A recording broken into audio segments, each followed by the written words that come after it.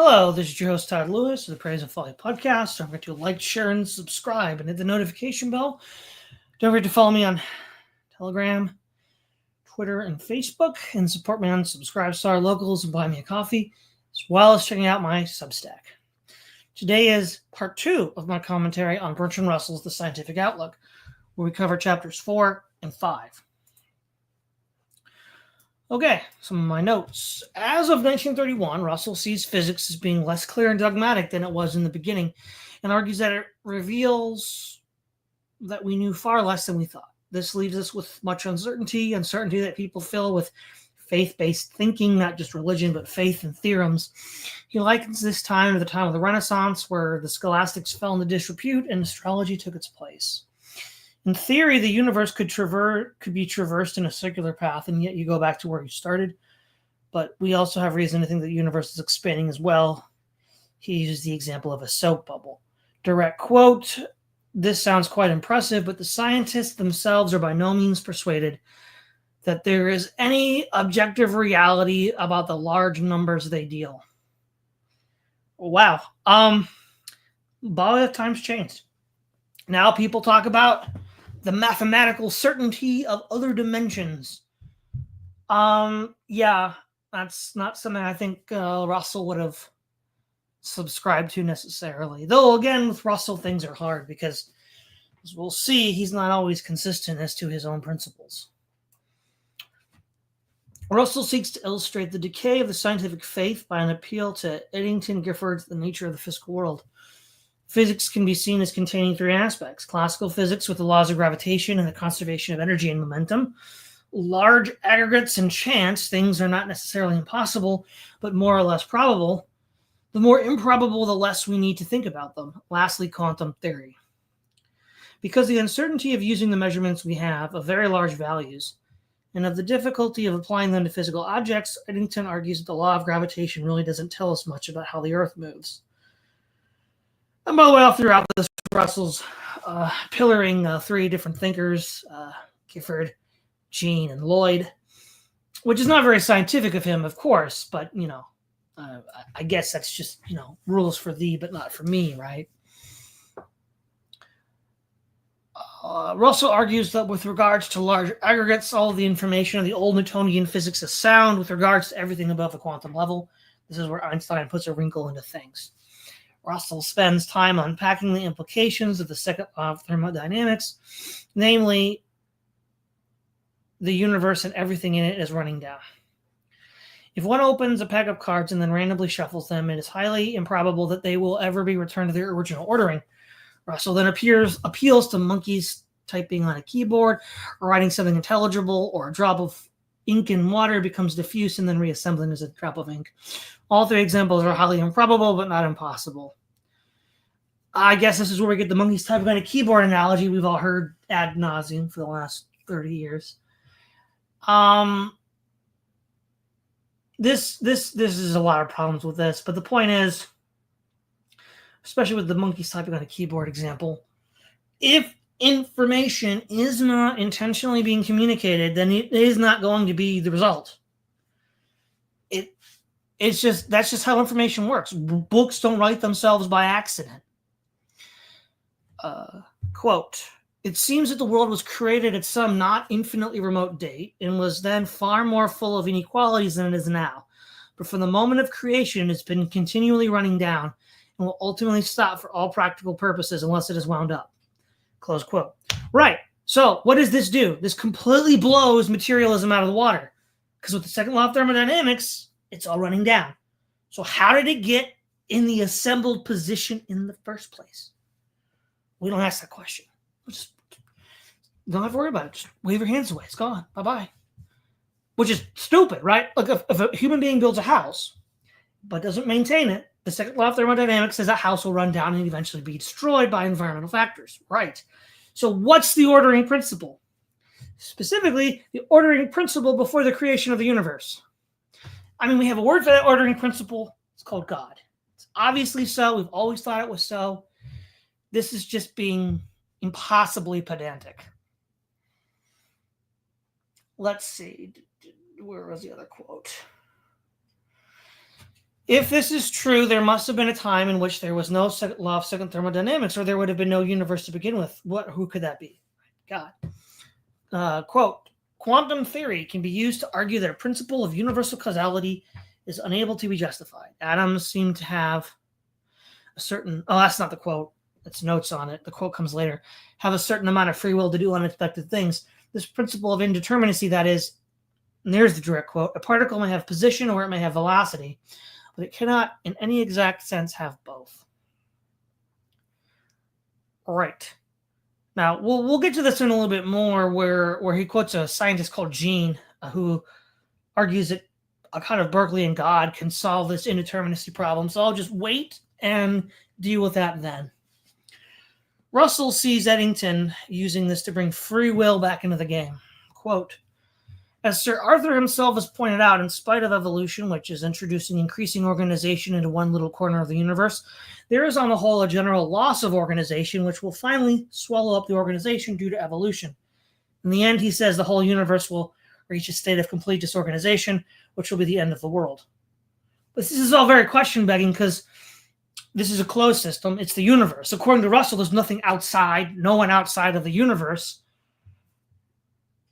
And the stronger force is second law of thermodynamics.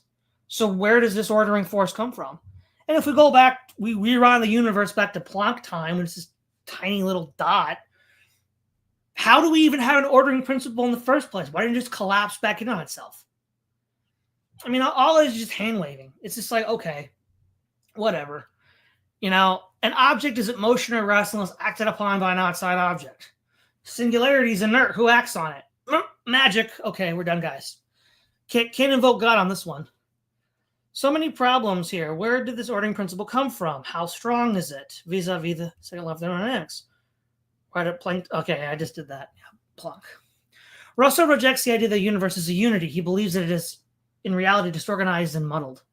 Quote, every day, some new physicist publishes a new pious volume to conceal from himself and others the fact that in his scientific capacity, he has plunged the world into unreason and unreality. That's interesting, in the sense that I think it's still going on today, right? A lot of scientists will still, I mean, I remember growing up watching the Science Channel, and they would echo Russell, all these improbabilities, the universe is fundamentally chaotic, but trust the science, we're reasonable, blah, blah, blah. Well, why? I mean, if you're making the world more indecipherable, you're not really helping. Russell sees an alliance between physicists who seek to maintain an orderly view of the universe and an alliance with religion. This can be seen in modern times with the rise of Christian apologetics in the 2000s, which, I mean, it makes sense why this is happening. Because for those people that believe in the efficacy of science as a practical application, there are certain parts of the theory that need to hold. But if the theory is hollowing itself out with more and more indeterminacy, how do you fix it? We'll get to that with Jean, but, again, we're getting, Russell can play both sides, and it's annoying. The paradox is that while theoretical physics is giving man less and less reason to believe in an orderly universe, it is providing man with more and more scientific benefits. Bingo. That mechanism right there is going to explain, I think, in large part, why, at least in an academic sense, the Christian apologists have been so successful. I wouldn't say they've won, but even Dawkins admits he's a cultural Christian and that the war against Christianity was a misguided effort. I mean, if that isn't an admission of defeat and I wasted my life, I don't know what is. The paradox for Russell, I think, is the driving success of Christian apologetics. The more scientific consensus destroys the foundations for science, fewer and fewer people are willing to accept this for fear of losing science's perceived practical benefits. Christianity will naturally come in with an ordering principle to supply the lack. This mechanism seems somewhat irresistible, that is, until the entire scientific project goes to pieces and those Christian allies with it.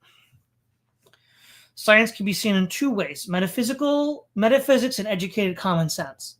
As a metaphysic, quantum mechanics has undermined our faith in science as a rational ordering principle of the universe.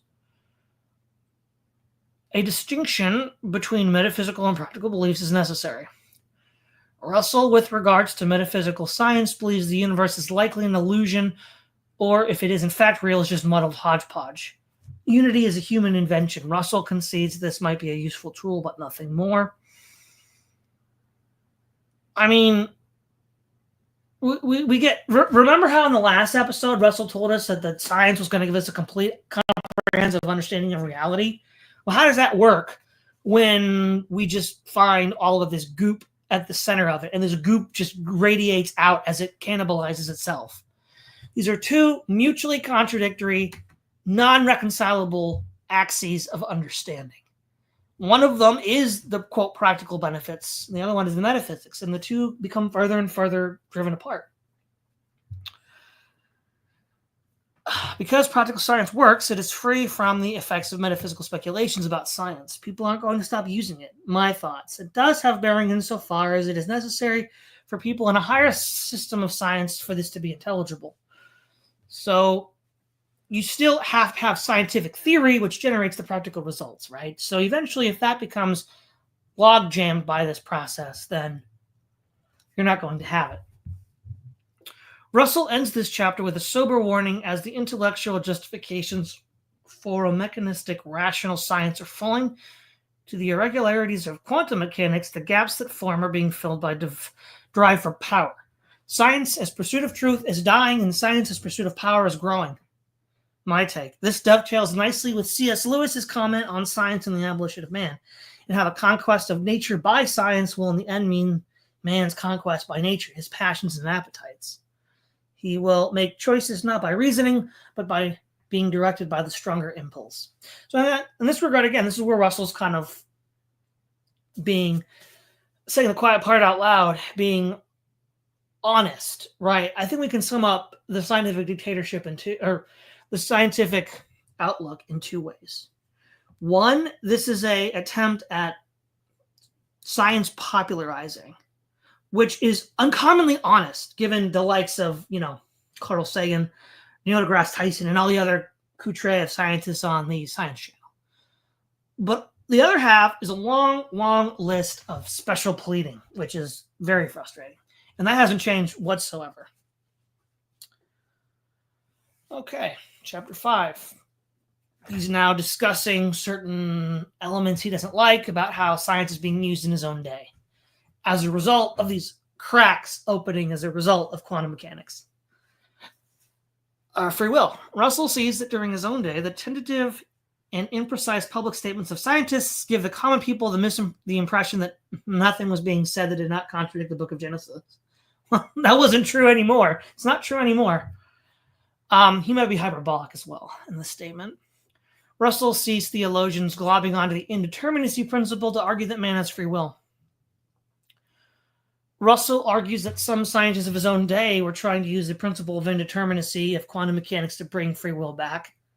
Today, we can think of, say, someone like Michio Kaku, who says that, or said that. The problem from Russell's POV is that there is an equivocation in the use of the word determined. Determined can mean two things: a course of action that is set, or finding some object on the map. So, like the question, like in Christian theology, free will versus determinism. That would be the first instance. Whereas determined, like, I found this thing, would be a different use of the word determined. The uncertainty principle is really speaking about the latter, but free will advocates are using it in the former. Russell argues that the atomic movement, the movement of atoms, is not capricious, and that one should not conclude that the atoms are governed by no laws from the fact that some of the old laws no longer apply. See, that's actually really good, because a lot of modern-day scientists go full quack and be like, there's no way to predict where an atom's going to turn up, so we just don't have any way to figure that out.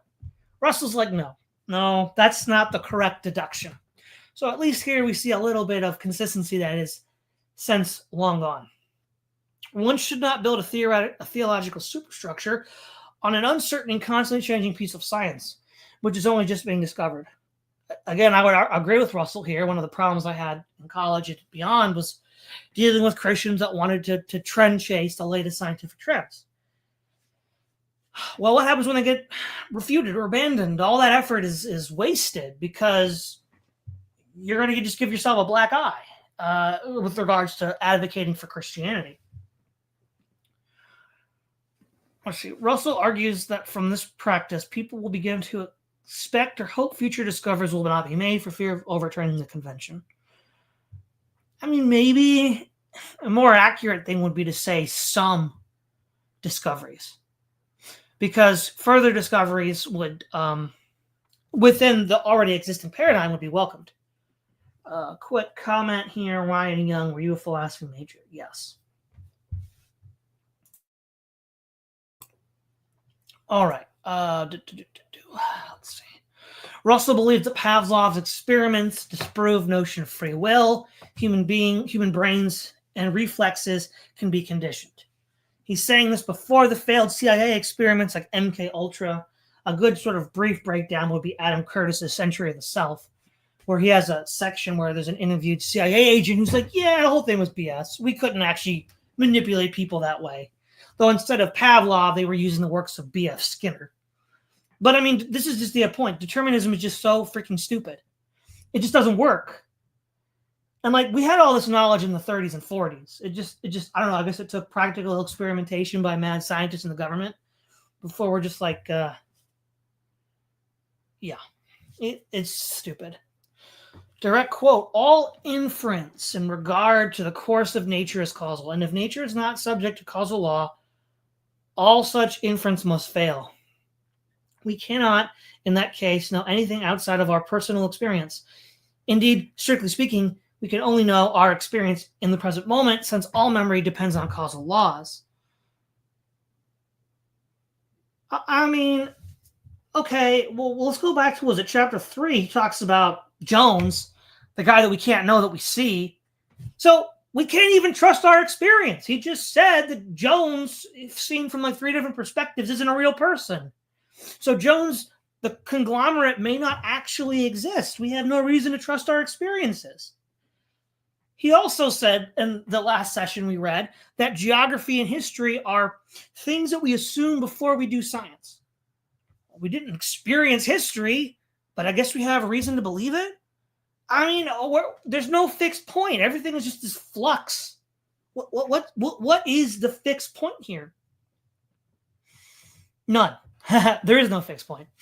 In the final analysis, Russell argues we reason to think scientifically atoms do not follow laws, and that using the indeterminacy principle to say so is mistaken. Such laws are not yet discovered. Again, fair enough. I'll give Russell that. God is mathematician. Russell bemoans the fact that in his day, many scientists see God in the math. And we have those people today, too. Polkinghorne is one. There's a few others. And, you know, it is what it is. I mean, they have some interesting takes. I'm not really against those people in principle. You know, God is seen as a mathematician by these men. Grand architect type. Sir James Jean is the object of Russell's jibes this time. Quote, the man whose muscles are taut believes in a God of action, while the man whose muscles are relaxed believes in a God of thought and contemplation. Okay, yeah, maybe, but that's just a genetic fallacy, so who cares? Does that make it true or not? Because he's already operating from the conclusion that God isn't real. Okay, well, you know. Okay, fine, whatever. Jean seems to use a kind of design argument for God. You know, fine-tuning, you know, life can only exist in a certain bandwidth. So I guess the fine-tuning argument is pretty old. This is from the 30s. By viewing God as a mathematician, God is Platonic for both Mr. Jean and theologians will welcome any God they can get their the God of Mr. Jean is Platonic, and theologians will welcome any God they can get in the face of modern science. Mr. Jean argues God must exist as he is the constant perceiver that for the quantum mechanical objections of the indeterminacy principle. He seems to be a Berkeleian perspective. So now, here's the thing. This is just obviously a really good idea, right? Because if we don't observe particle, if without observing the particle, right, we get Schrodinger's cat, right? You don't know if the cat's dead or alive until you open the box. So wherever this thing is, we can't actually know until we observe it. It's in this quantum, it's in this quantum flux. So then, okay, If there's no sentient life to observe anything, is the entire universe just stuck in this frozen state? Well, that makes no sense. That's just ridiculous. How could anything happen then? Uh, there's no way in which again, if you're in a constant state of quantum indeterminacy, how does anything happen? Nothing can happen until you open the box and see the cat, whether it's dead or alive. So having as a postulate that God is the one who observes all this all the time actually makes a lot of sense. And while it might be strictly speaking true to say that God is not a part of a scientific theory, as Russell already admitted, geography and history are assumed prior to doing the history. We don't see Russell give some sort of anal attack on historians or geographers, just on theologians. Why? This is actually a pretty good idea. If you're going to go this far down the quantum route, especially since people don't want to actually give this all up because they need to have some sort of justification for why they're developing new scientific devices. Just place this outside of science proper, like history and geography, and say that it's assumed before you do it, just like you have to assume the reliability of your senses, the reliability of the measuring instruments you use, the reliability of your reasoning skills. This is just special pleading, like God. Okay, so what? So what? Russell argues that Mr. Gene is confusing theory. Oh, yeah, I have to take a detour on this real quick. Russell argues that Mr. Gene is confusing the theoretical mathematics with practical mathematics. Pure mathematics at no point requires human observation, so it can remain completely in the realm of the mental. Physics, which is the purest form of applied mathematics, is observational. Mr. Gene argues God must be a mathematician so we can see the laws he used in order to govern the universe. All right. There's actually a lot to unpack on this one, so I'm going to read it directly from the text. His distinction about mathematics. Apparently, from all detail, he has been guilty of a fundamental fallacy in confusing the realms of pure and applied mathematics. Pure mathematics at no point depends upon observation. It is constructed with symbols and with proving that different collections of symbols have the same meaning. It is because of this symbolic character that it can be studied without the help of experiment. Physics, on the other hand, on the contrary, however, mathematical it may become, depends throughout on observation and experiment. So that is to say, ultimately upon sense perception. The mathematician provides all kinds of mathematics, but only some of which he provides is useful to the physicist. And what the physicist asserts when he uses mathematics is something totally different from the pure mathematician asserts. The physicist asserts that the mathematical symbols which he is employing can be used for the interpretation, colligation, and prediction of sense impressions. However abstract his work may become, it never loses its relation to experience. Okay, so this is important here. Pure theoretical abstract mathematics is independent of any observation. So if this is Russell's opinion, he cannot be a strong empiricist who would argue that all mental objects exist first in the senses, because he says you can do this kind of mathematics without referring to experiments, or for that matter, observation. And then he says, okay, but physics is like math; it has to be tied to observations. Problem is, if we have this mental category for mathematics, what is this called? It's called a priori synthetic. And then Kant has entered the room, and we have God again. It's like, bro, this is so blinkered, so like bipolar. You can't endorse a quasi a priori synthetic epistemology and then be like, there be no God. No, that's literally how you prove God in a philosophical sense. And that's what Kant does. And you could argue that earlier, both Christian and non-Christian apologists who sought to demonstrate God's existence were doing something similar without using the precise terminology. And so hodgepodge. It's just a hodgepodge. Everything is just all, whatever. Okay, God as creator. One of the most serious difficulties confronting science at the present time is the difficulty derived from the fact, this is a direct quote, that the universe appears to be running down. There are, for example, radioactive elements in the world. These are perpetually disintegrating into less complex elements, and no process by which they can be built up is known. This, however, is not the most important or difficult aspect in which the world is running down. Although we do not know of any natural process by which complex elements are built up out of simpler ones, we can imagine such processes, and it is possible that they are taking place somewhere. Okay, this concession right here just nukes cosmic evolution. How do we get stars and planets? Well, less complex elements combine into other elements. These are perpetually disintegrating into less complex elements. And no process by which they can be built up is known. So if you have less complex elements, you cannot build them back up to a complex one because we've observed no such phenomena. But then he says, along with Eddington, that evolution is an ordering principle, which works, which he just said here doesn't exist. We haven't observed it. So which is it? I don't know at this point. It's just, because what is it, right? You go from the simple to the complex. Remember, the second law of thermodynamics is you're going from the complex breaking down to the simple, which he calls this democratizing principle, the heat death. If there is no observable process by which you go from simple to complex, there's no evolution, no cosmic evolution, no biological evolution. What the heck is he saying? Oh, and by the way, guys, we can just imagine it. Okay, so we've got poor Mr. Eddington, poor Mr. Jean, and poor Mr. Lloyd, which we'll get to. And he's all saying, well, technically speaking, they're saying more than can be sustained by scientific theory because they have no observational evidence of God. Well, I have no observational evidence of simple things becoming complex, but I'm going to imagine they are. What kind of garbage is this? You're just making it up as you go along.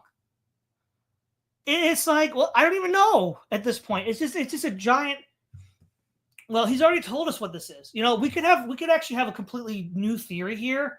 Russell is actually unmasking science as this dictatorship to give power to a handful of men. And he's just going along with the lingo in order to not lose his position. Maybe that's what it is. Maybe that's like the deep lore, undercover, blowing up the Death Star. Who knows? Because on the face of it, some of this just sounds absolutely ridiculous. I mean, I don't remember imagining a process and imagining that it possibly takes place somewhere as observation in a laboratory, but, whatever. I guess not. What a convenient cop-out. Here's our new method of science. Instead of observing things, we imagine if such things can occur and speculate where they might be. How is this not the magic, astrology, and theology Russell derides?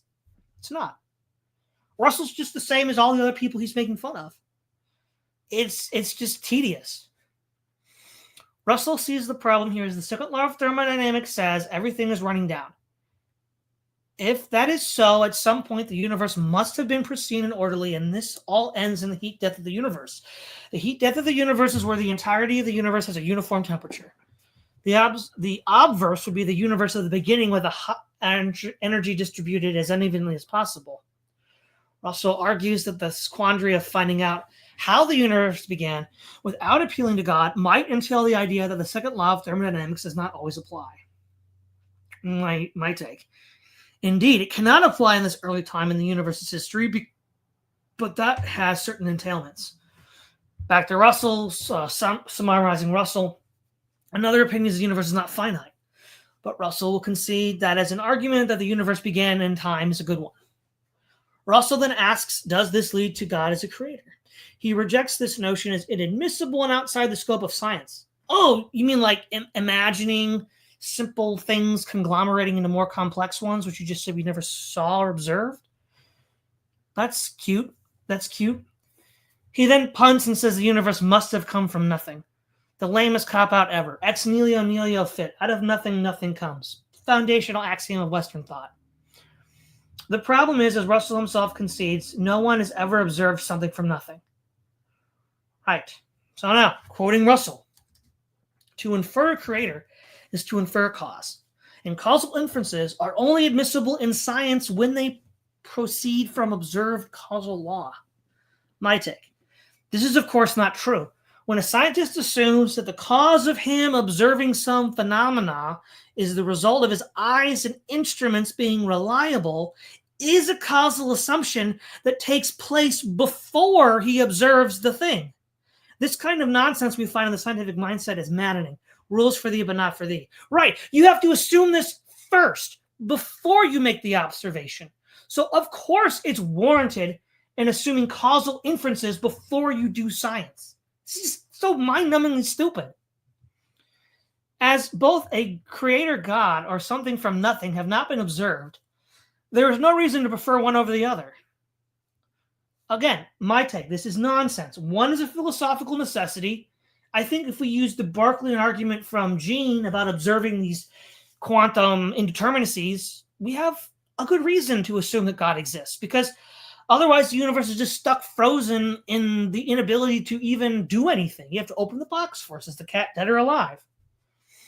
Well, if God's watching it, then it's always somewhere doing something. The human observer may not be able to see it all the time, but he is.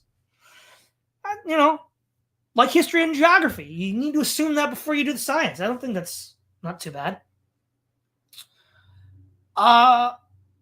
Something from nothing. It's just stupid. Like the scientists really have this fetish for something from nothing, even though, of course, that's absurd. Why doesn't something come from nothing all the time? In fact, if something comes from nothing, why even have scientific observation? Because any observation you observe, well, first of all, Hume destroys causality, which he mentioned earlier on, I think chapter 2, with the idea of a constant conjunction. If you have two balls where one hits the other, you didn't see causality, you saw a constant conjunction. Okay. Wow. Okay. But it's even worse now, because now things can just happen for no reason. So why not just say both of those balls happen for no reason? It's just we just keep on going into this endless escape into madness. It's lunacy.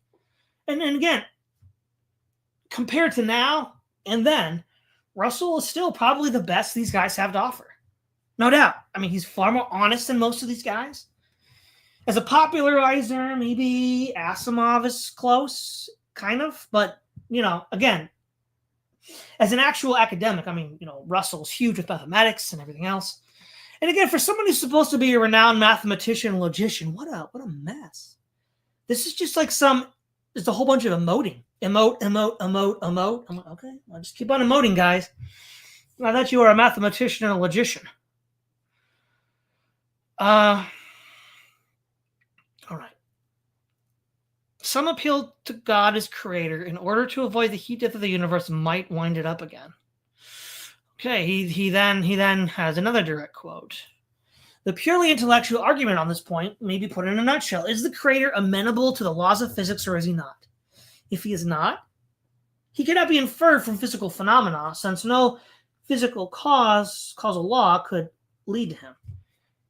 If he is, we shall have to apply the second law of thermodynamics to him and suppose that he also had to be created at some remote point, period.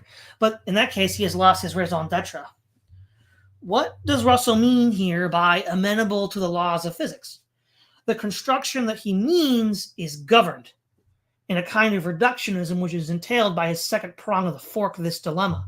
This is a totally unwarranted assumption, since it is clear that something A can influence something B without being reducible to B. For example, my thoughts influence physical reality, either by directing the motion of my body or through the motion of my body using speech or the written word to communicate to other people. Unless Russell assumes mind-brain identity, a common bugbear that I fight against, which would be circular reasoning, he is out of luck. Because the mind influences physical reality without being physical. Right, yeah. Okay. And what's such a joke is this whole debate on the philosophy of mind just didn't really restart until the 80s. Even though Descartes had given us two powerful arguments back in the 16th century, indivisibility and indubitability, well, I guess we'll just, even though mathematicians use the Cartesian coordinate system all the time, We'll just put them in a box. Just pretend Descartes' not real. That makes things easier. Well, just like with Hume. Hume is inconvenient. Boop, put him in a box. He's done. I mean, okay, sure, if we just ignore reality, guys. The problem here is that from Russell to our own day, the materialist fetish has dominated science. The claim that we cannot directly observe immaterial phenomena is a meaningless bromide. I do not directly observe historical events in ancient Rome. I guess I have no warrant in believing a history book. Also, one can deduce from the gaps in the scientific models that Russell discusses some metaphysical object. Using the argument from identity in the three eyes, we can prove that the mind is not identical to the brain, and in those points at which identity is not formed, it possesses properties that are not material, with the necessary conclusion that it is immaterial. Because if you don't have extension, wait for it, you're not a material object. Wow, what do you know? If you're not divisible, you're not a material object. What do you know? Evolution and theology. Russell, in my mind correctly, sees a problem in viewing theology and evolution as compatible. He argues that the idea that evolution entails a divine plan is very unsatisfactory. He appeals to natural evil and adaptations that allow one organism to harm another, such as predation and parasites. Russell appeals to megalophobia, fear of very large objects, to argue that life is unimportant and is likely to not be found in the entire galaxy outside of Earth. And in the vast past and future ages of Earth, it will either be too hot or too cold to support life. Russell grandstands on the question of man and his soul being the goal to which God directs evolution by making appeals to human moral failings in the use of technology. What I think Russell would have been better saying, given he's materialist, is to argue that the soul is just not material. It's not immaterial. So, but he doesn't really do that. He argues that as science observes and states biological processes such as sexual reproduction, we know all we need to know about reality and see no sign of God in it. My take. Well, how did it start? I mean, Russell says, well, we can observe the process itself, but we can't really tell you how it started. Right. Yeah, that's kind of the entire entry point here for the divine. More grandstanding by Russell on the nature of God's plan for life by looking at various innate and then conditioned responses in animal and human life. Hashtag not an argument. That's just, yeah, nursing infants. He just has a whole multiple pages on that. It's just dumb. Russell, again, argues for monism. Science of his day, in the science of his day, matter behaved more like mind and mind more like matter than understood by previous science. Again, refuted by the law of identity, and the link to this lecture is in the first video on the commentary on the scientific outlook. I talk about how the law of identity proves substance dualism. And, again, time and time again, the philosophy backs Descartes up. There has to have been a conspiracy, though I don't know who's responsible for it, of suppressing Descartes' work. One can give the account of the mechanical workings of a thing, say the universe or a lever, through physics. The universe or a lever may have ornamentation, but that is immaterial to its scientific description. He argues that this has nothing to do with the causal properties, but you see it does. Who is the efficient cause of the ornamentation? Let's not ask the question. Because that is a effect that has to be described causally. Okay? So you can't just have like some ornate, gift to the Queen Victoria of this highly ornate, ivory lever and be like, well, you see, I don't need causal properties. I don't need to describe who engraved that. I've completely described the lever by just describing the mechanical operation of it. Well, right, but you still have to describe the ornamentation because it's part of the physical reality. Quote, what I am saying is that science is the sort of knowledge which gives causal understanding and that this sort of knowledge can, likelihood be completed. Even where living bodies are concerned without taking account of anything but their physical and chemical properties. Close quote. In light of what he will say later about science as a pursuit of knowledge, this is like saying we have a full and intact and complete account of the Mona Lisa if we just understand the properties of the paint and canvas. What an idiotic thing to say. Something only a scientist could say. Or worse, we have the complete account of a newspaper by analyzing the chemistry of the ink and paper. Sure, so the information contained is irrelevant? I guess. I mean, we don't need to know. I mean, just ornamentation, bro. Who cares? Well, okay. I mean, I guess information is meaningless, but whatever. Moving on. Russell takes issue with Professor Lloyd Morgan and his evolutionary theology as entails the doctrine of sin without proving it. Also, why would God design such torments for innocence and appeal to natural evil? This is, I think, unfair because I don't really have any idea what Lloyd Morgan's position is. Because one of the problems with theistic evolution is it doesn't account for the fall very well. And maldesign. So, because what people like Russell and atheists will do is they'll point to the maldesign in life, parasites, predators, all diseases, all these things. Well, that's the result of sin, and that's a punishment for man's fall. So this is the underlying danger of a Christian theology aligned to evolution, is that it erodes away the concept of a fall because all of this has to be an ordering process of God. Well, I mean, in one sense it is because God caused these pathologies to happen, but that wasn't a part of his original plan, right? Because then Russell will say, well, how could a good God do that? And he does say that. Well, the problem is it's not what God originally intended, right? But again, I don't know if Lloyd Morgan would agree with that or not. Because if he does, that we do have a robust account of the fall and sin, then that would help his position. And Russell doesn't deal with it. So I have no idea. It's just kind of like a red herring. We'll just throw out Lloyd Morgan and there's no real diving into it. Let's see.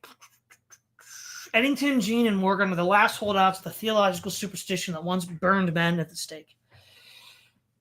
He goes on these like meaningless, grandstanding tangents. But then he also says, well, I don't believe man is the highest pinnacle of God's design because we use science to build chemical weapons and poison gas and nukes and enslave people. Okay, so when science does all of that, it's not science's fault. But when certain distortions of the Christian message lead to people getting burned at the stake, that's absolutely Christianity's fault. Again, special pleading. This is nonsense. And then, of course, whoa, science is a method. It's only as good or as bad as the people that use it. Well, one, that's not true. There's a whole bunch of baked-in assumptions about science, which Russell, to his credit, gets into in the first few chapters. And so you can't treat it so inertly. Where were we? Don't go back to religion even if skepticism is too unsatisfactory. If we want something better, we cannot go backwards. So his point of view as well, skepticism was more honest than faith. But we might want something better, certainty. But we can't get certainty. How are we supposed to get certainty with a mechanism that doesn't give us certainty? Because, Russell just spent a whole lot, like 50, 60 pages telling us we don't know anything because quantum mechanics just blew the bottom out from underneath classical physics. Wow, okay. I guess we'll get there eventually. Quote, science is in its essence nothing but the systematic pursuit of knowledge. And knowledge, whatever ill uses bad men may make of it, is in its essence good. Close quote. A total mealy-mouthed red herring. The category of knowledge contains, if it diagrammed, would be a circle that contains another circle of scientific knowledge, only as one part of it. They are not overlapping objects. Russell already conceded that history and geography are preambles to science. Are they not knowledge? Science tells us nothing about aesthetics or the ornate lever. Is aesthetics not knowledge? This is complete nonsense. He says, no, science is this very closely defined, very, very careful, precise statement about what we don't know, less wrong and all that. Meanwhile, it's the universal pursuit of knowledge. But he just said we can't have knowledge of aesthetics. We can't have knowledge of God. We history kind of knowledge. Geography's kind of knowledge. Well, then that's knowledge isn't scientific. That's knowledge that lies outside of science. And in fact, as he admits, is a preamble to science. This is just grandstanding. This work can be summed up as special pleading.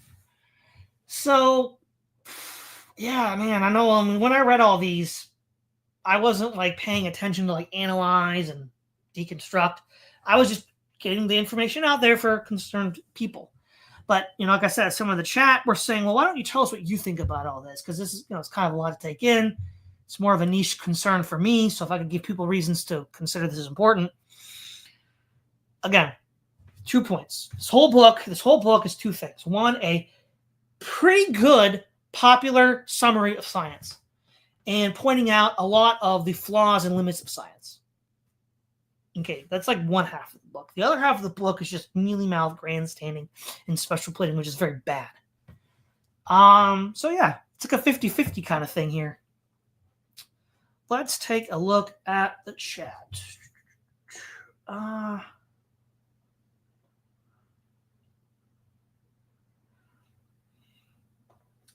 We have Corbin, the Reverend GF for Deepness, and Ron Young. Hello, everyone.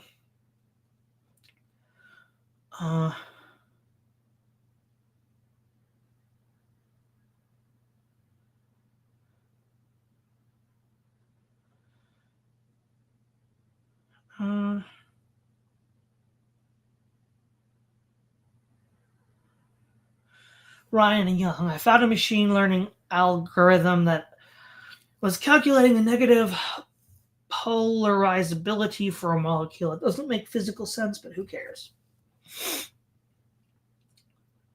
But let's see.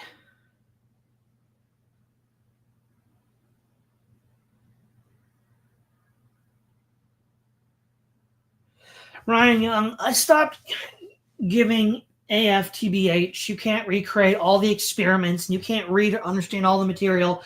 You're destined to grab a belief. Okay, to be fair, Russell would agree with you about halfway, right? In the first installment of my commentary, he does say that it's unreasonable to assume that everybody that goes to a doctor be familiar with all the scientific material. But he argues that, actually, no, there is a contradiction here. He argues that the physician should be. But he also says that we can't write tomes like this, Newton's on math on Principia because it's going to be obsolete soon. Right. So even he can't read it all. So how are you supposed to keep up? He said we have this ration effect where more and more science, more and more experience, more and more data. And yeah, people are going to they're not going to be able to catch up. GF, what a mess. Yeah, that's right. Ryan Young, I am on your side, but what if the observer principle only applies to measurement? Okay, are we talking about the quantum fluctuation that, a Berkeley God solves? Or my claim that we have to assume the reliability of sight, reasoning, and measurement tools before we do science?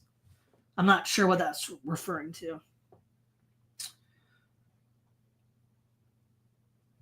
Ryan Young, I wish I had some of this stuff presented to me during my early education.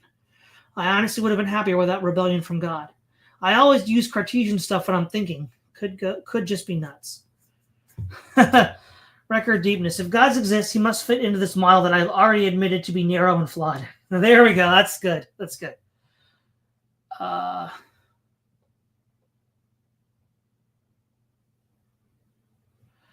Ryan Young, they expect so much more from humans and animals. Tigers eat somebody, it's just being a tiger. Dude, what if nobody is really expert and you and none of that is causally linked? Well, right, because the materialist, the atheist will say we are just animals operating according to these deterministic laws. But you don't take a tiger to court, so yeah, it's just a real joke.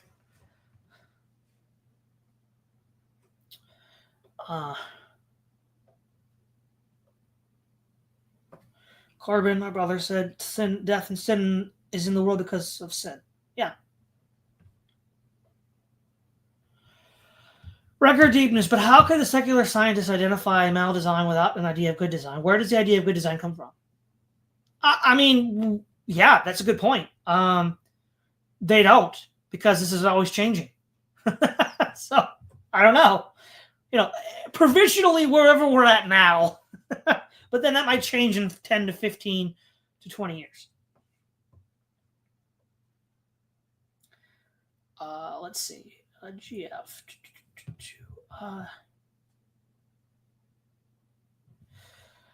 At this point, every time someone accuses somebody else of something, we have to default. Are you defending your status place like Russell? Yeah. Yeah, exactly. Ryan Young, that was related to that you don't need to test math. Well, are you talking about when Russell was saying that we have theoretical math and the non-theoretical math?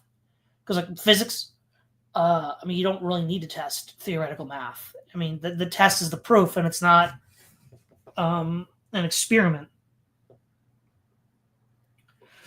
Is there anything else here to interact with?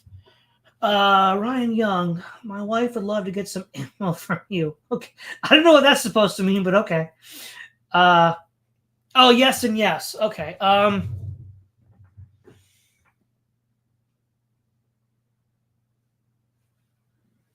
Okay, Ryan Young, with the proof of math rules doesn't imply reality. Yeah, agreed, and Russell agrees too. No crazy multiverses, not with Russell at least. But because when the popular understanding of the multiverse came out, it was all based on theoretical math. It's, well, okay, but like, can they do anything with that math? Nope. Oh, well, it doesn't matter then. Okay, we're moving on, guys.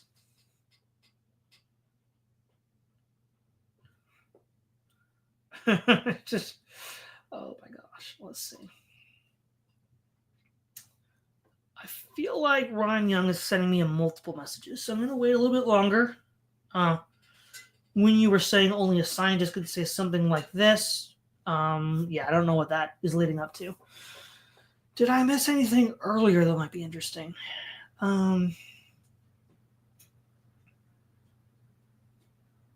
Now, to be clear, also for anybody that's still watching, oh, I see, Ryan Young. My wife gives me so much grief for being a weird science person. Oh, I see. You could then show her how useful it is. But I've also been like doing apologetics for like 20 years. And again, Russell is one of the best that these guys have. That's why I'm covering Russell and not these other clowns. But at the end of the day, though, Russell still just fails to pass muster. And I think the real understanding here is Russell's told us on multiple occasions that science serves those with power by giving them knowledge to manipulate nature. Bingo. So, is that Russell's motivation? Is he telling us his own motivation? That, I mean, if we're just going to go full human, be a bundle of impressions, why don't we just say we can just, reduce all of this to a psychological critique of megalomania? Oh, I just want power to control people. Is it true? No, it's actually probably not true, because science's truth is losing to science's power because, Einstein blew up the foundations that Newton was using. So, will to power now, guys? I mean, okay, mask off. Again, the most charitable thing I could say about Russell is actually he doesn't believe any of this nonsense, and he's just exposing the system for what it is without losing his position within it. That's, I don't know, that's a little too deep, but it's possible. Ryan Young, she could use your critiques to give me a good roast. I see. Well, I think that's all we got for tonight, guys. Tune in. Well, actually, next week will be the last installment of my commentaries for the rest of the year. I'm going to take some time off in December, recuperate, and we'll begin again in January. So we'll just get part 3, and then we'll just chill for a bit. And then we'll start up again in the new year, and we'll get to part 4. So this is Todd Lewis, the Praise of Falling podcast, signing off.